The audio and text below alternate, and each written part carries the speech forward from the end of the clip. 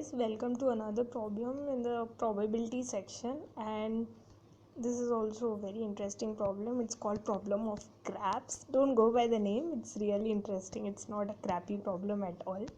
So craps is a game, it's a gambling game in which two dices are thrown. Okay, and I'll tell you what are the rules of this game. So rules are, if you get a total sum of 7 in the two dices, you win. If you get a total sum of 11 in the two dices, again you win, right? How you can get a sum of 7? You can either get it if you get 3 or 4 in the first dice, or let's say you got 6 or 1. Whatever way you get 7 doesn't matter, but if you get 7 in the two dices that you have thrown, right, sum of two dices, if it gives 7 or 11, then you are going to definitely win. But if you get 2, 3 or 12, then it's going to be disastrous. You are going to definitely lose. Okay, but if you get any of the other numbers, from what I just told right now, 7 and 11, you're definitely going to win. 2, 3 or 12, you're definitely going to lose. But if you get any of the other numbers, I'll write other, then you have a chance of winning yet. So what is that? See, suppose you had got 5 in the first case, so it was neither in the 7-11 category nor in the 2-3-12 category. Suppose you had got 3-2 and the sum had added to 5. Now if you so remember this. Now how can you win is, if you had got 5 in the first chance, you will get chance to throw the dices again, right? And again, if you are able to secure 5 again, then you will definitely win. You will be declared a winner. But if you get 7, you will be declared a loser. So okay, suppose you got 5 in the first chance, then if you get 5 again, you're going to win. If you get 7, you're going to lose.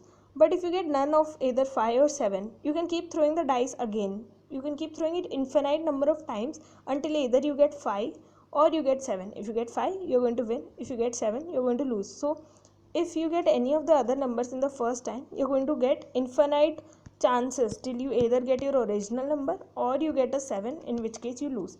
So we have to calculate what is the probability of you winning in this game. What is the chance that you win in this game? So let's start quickly with the very basics. So first I told you, if you get 7 or 11, you're definitely going to win. So what is the probability of you getting 7 in the first chance itself? Then you will win. You need not throw the dice ever again. So how can you get 7? You can either get 5 in the first dice, 2 in the second dice, or you can get 2 in the first dice, 5 in the second dice, or you can make 3 4, 4 3, or you can make 1 6 or 6 1, right? These are all the possible ways in which you make 7. So these are 6 ways. So there is 6 by 36 chance, right? That is 1/6 probability you're definitely going to win. Now what is the other way in which you can win? You can get 11 in the first chance itself. If you get 11 in the first chance, how can you get 11? 6 5 or 5 6, right? There are only two ways: 6 in first dice, 5 in second dice, or 5 in first dice, 6 in second dice. So there are only two ways, 2 out of the 36 ways. We are getting the 36 ways by 6 into 6, right? Each dice can have 6 numbers, so 6 into 6 is 36. So that's how we are getting 2 by 36 chances in which you are going to win. Now what are the other ways in which you can win? So let me just quickly write the other ways. So see, the dice can be any sum starting from 1 1 to 6 6, right? This will be the minimum sum that the two dices can have, and the maximum sum they will have is 12. So you can have sums ranging from 2 to 12.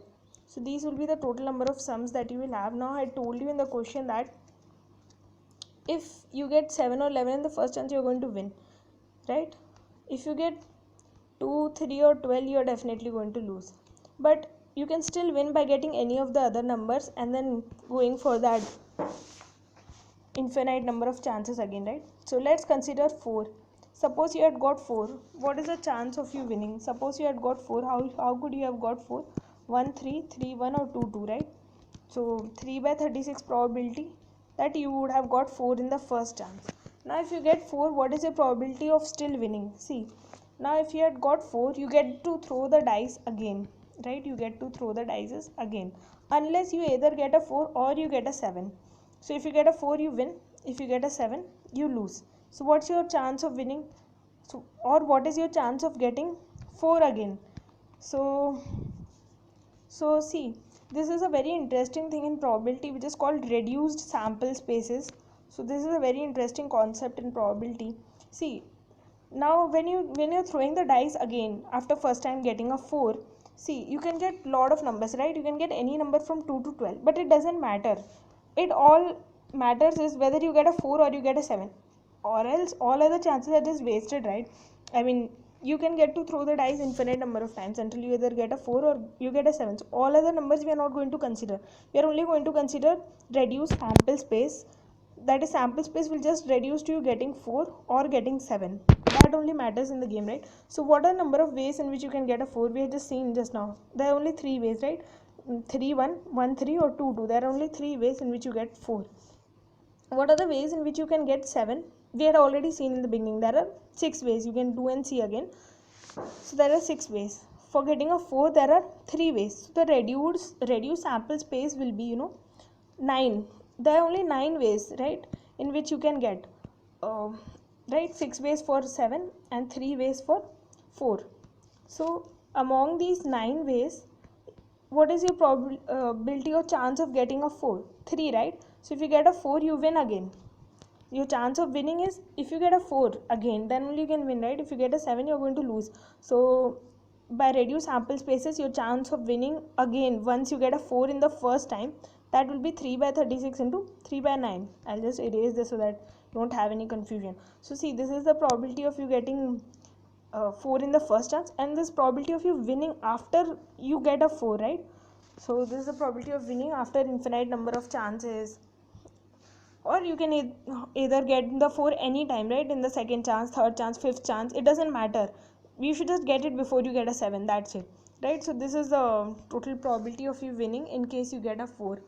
Okay, and we can similarly do it for all other numbers, and you can just add the probability. So your probability of winning in case you get a 7 or 11 we have already seen. Now we just saw what's your probability of winning in case you get a 4. So let's see what's your probability of winning in case you get a 5. I'll just erase this 4 line. Yeah, so in case of getting a 5, what's your probability of winning? So how can you get a 5 in the first way itself? First chance you can get a 5 by either getting 1 4 4 1 2 3 3 2, right? There are only 4 ways of you getting 5. So first time you get a 5, probability of that is just going to be 4 by 36. Now probability of you winning once you have got a 5, right? That will make it definite for you to win. So you have to just get 5 before you get a 7. So you can reduce the sample spaces to just 5 and 7 instead of all other numbers. So number of ways of you getting a 5 is 4. Number of ways of you getting a 7 is 6. So this total probability will come out to be 4 by 10, right? So similarly you can reduce probability for all other numbers, for 6, for 8, for 9, for 10, for all other numbers, right? And you can add up all the probability. So I'll just do that right now. So probability of you winning in case you get a 4, that was 3 by 36 into 3 by 9. Probability of you winning in case you get a 5, that just turned out to be 4 by 36 into 4 by 10. So probability of you winning in case you get a, let's say, 6, that will be 5 by 36 into 5 by 11. And for 7 we had already seen, we'll just write it in the last. This is for 8. This is probability of you winning in case you get a 8. In case you get a 9, this is the probability. In case you get a 10, this is the probability, right? If you get any other numbers, if you get 2 3 or 12, you're going to lose. Probability of your winning in that case is 0, right? So this is the probability of you winning in case you get any of the other numbers apart from 2 3 or 12 or 7 or 11, right? So this probability turns out to be 2.2701. And to this we can add the probability of you winning in case you get a 7 or 11, right? These were the probability of you winning in case you had got any other numbers, and probability of you winning in case you got a 7 or 11. So to that I will add up.